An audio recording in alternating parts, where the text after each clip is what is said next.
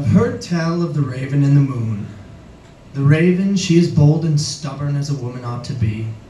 She is the kind of clever that belies her beauty, and worst of all, she knows it. The skies flooded with gulls and pigeons, she cannot ignore her worth. Even hawk and eagle with their talons in sight are ne'er a match for cunning and acumen the likes of her unkindness.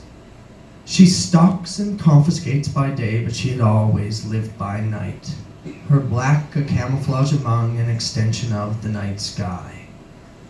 And it was here that she met the moon, and they alike in rhythm and in character quickly found themselves entwined.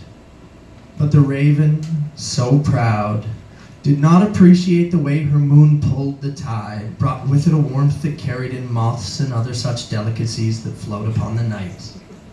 And the moon, a moon, so unaccustomed to love and the weight of another that he saw only a raven, a bird, a clever bird, but neither could the mover of oceans, the satellite of the terra firma, be expected to accept his reliance upon a single fledgling soul, as he could to admit that his immovability and inane force of will could at times be a flaw.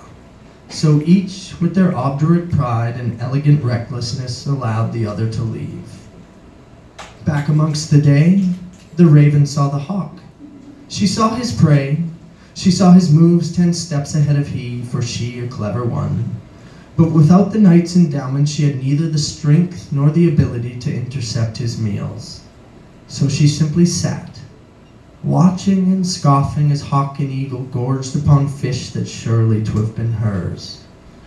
And the moon, in his perpetual nights, he pulled at the seas and he stormed the beaches, and as he did, the warmth did spread. And each night more insects preyed upon the winds of the tides, and heavier and harder still he pulled, face dimpled and contorted, a man on the moon. Then, all at once, he saw her.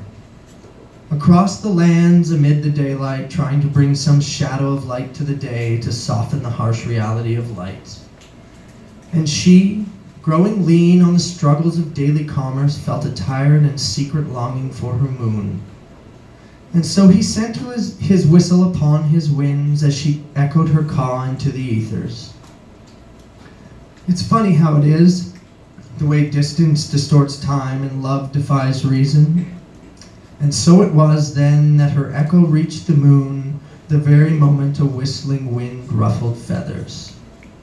So he pulled those heavy tides, full of moth and algae and katydid, until his back burned as if tanned and tortured by her adulterous sun. And she beat her wings, as fluttered as hearts, uncertain she had the strength to last, towards the setting of the sun, towards the dawning of her night.